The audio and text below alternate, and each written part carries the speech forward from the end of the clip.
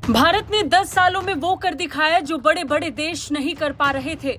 इन 10 सालों में भारत जिस रफ्तार से आगे बढ़ा, उसे दुनिया के शक्तिशाली देशों के साथ साथ भारत के दुश्मन फूट फूट कर रो रहे हैं। अब चीन को ही देखिए, वो भारत से दोस्ती की हर मुमकिन कोशिश कर रहा है, लेकिन अब ये नामुमकिन है क्योंकि चीन ने भारत के पीठ पर हमला किया है।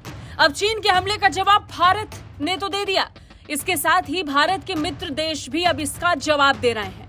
दरअसल चीन को चिप उपकरणों के निर्यात पर जापान ने बैन लगा दिया है और बता दिया कि चीन भारत से दुश्मनी का मतलब बहुत बुरा होता है। अब सवाल ये कि ये बैन क्यों लगाया गया, तो इसके पीछे जो सबसे बड़ी वजह है वो ये कि जब भारत में चिप की बड़ी फैक्ट्री लगेगी तो जापान क्यों चीन के साथ जाएगा। और इस प्रतिबंध के पीछे की जो वजह है वो जापान ने बता दी है। चीन इसका यूज अपनी सेना के लिए करता है और यही वजह है कि वो सैन्य उपयोग के लिए उपयुक्त उच्च स्तरीय सेमीकंडक्टर बनाने से रोकने की अमेरिकी नेतृत्व वाले प्रयास के तहत उन्नत चिप बनाने वाले उपकरणों के निर्यात पर जापान का प्रतिबंध अब प्रभावी हो गया है। अब जैसे ही जापान ने अपना फैसला सुनाया, वैसे ही चीन भन्ना गया और देने लगा ऊट पटांग बयान।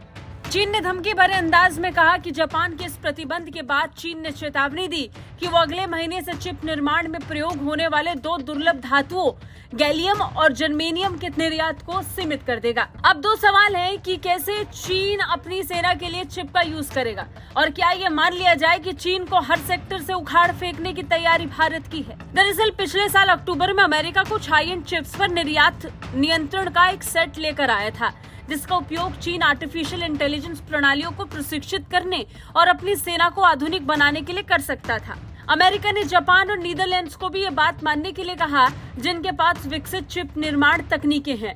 अब अगर भारत की बात करें तो भारत ने हमेशा दुनिया के भले के लिए काम किया और आज भारत सेमीकंडक्टर के क्षेत्र में बाजी मार रहा है।